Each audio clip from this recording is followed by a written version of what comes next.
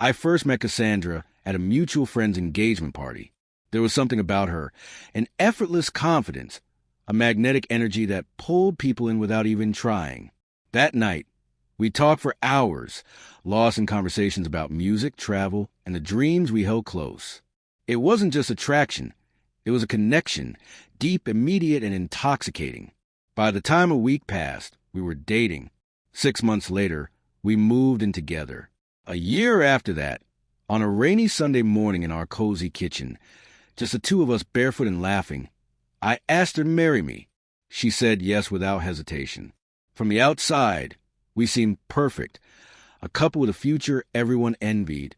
But beneath the surface, there were cracks. At first, they were subtle, like tiny fractures invisible until you looked closely. Cassandra was flirtier than I was comfortable with, sometimes crossing lines that unsettled me. When I brought it up, she'd wave it off with a joke or accuse me of being too old-fashioned, too rigid. She spoke often about honesty, transparency, and sexual freedom, values she believed modern relationships should embrace. I loved her enough to try to understand, to adapt, to compromise. But I couldn't shake the feeling that I was the only one taking our commitment seriously. 3 months before the wedding, we were at a barbecue when one of her friends casually mentioned something that stuck with me. "So, are you guys still doing that Miami thing before the wedding? You know, the party thing." I looked at Cassandra, and for the briefest moment, her smile faltered, a flicker of something she didn't want me to see. She quickly brushed it off, saying it was just a getaway some of the girls were planning. Nothing major. Later that night, I confronted her directly. "Is this party you're planning? Is it what I think it is?" She hesitated, then admitted, "Yes, it's just a swinger party. Andrew, a harmless experience." She explained it like it was no different from a yoga retreat, something to check off before we settled into marriage. "Don't you think it's better to get things out of our system?" she said casually. I was stunned. "Cass, that's not who I am. You know that." She shrugged and said it wasn't cheating if we agreed on boundaries. But I didn't agree. That moment was the first real crack between us, the one that yawned wide and swallowed what we had built. She promised to cancel, said it was just curiosity. I believed her because I wanted to believe in us, in the future we were supposed to share. 2 weeks before the wedding, everything was set, venue booked, guests flying in, rings polished. I was anxious but excited, ready to step into forever. Then, a message from one of her friends shattered it all. A woman I barely knew but who had a conscience reached out with a warning. "Hey, I know it's not my place, but Cassandra went to that party last night. She asked us to keep it from you. I thought you deserved to know." I stared at that message for what felt like hours, my mind refusing to process it. I called Cassandra, but she didn't answer. Desperation pushed me to check her location, something we rarely did but had set up months ago during a trip. She was across the city near a private club I'd never heard of.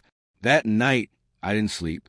The next morning, she came home like nothing had happened. Her makeup was smudged. Her hair carried the faint scent of cologne. I looked at her quietly and asked, "Cass, were you at the party?" She paused and lied. "No, I went to dinner with Elise. We had wine. That's why I'm late." That's when I realized, not just that she had betrayed me, but that she could look me in the eye and lie without remorse. I didn't argue. I didn't confront her. I just nodded. "Okay." In the days that followed, I acted normal.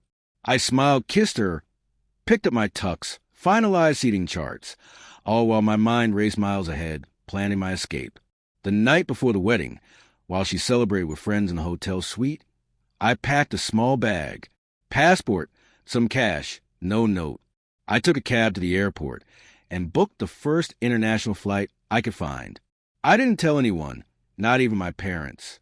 The next morning, the ceremony began without a groom. Guests exchanged confused whispers. Her smile probably faded as the minutes passed, and I stayed missing. Eventually, someone must have told her I was gone, vanished without calls or explanations. I didn't watch the chaos unfold. I didn't need to. I had already seen everything I needed to see the night. She chose strangers over our vows. Weeks passed with her trying to contact me.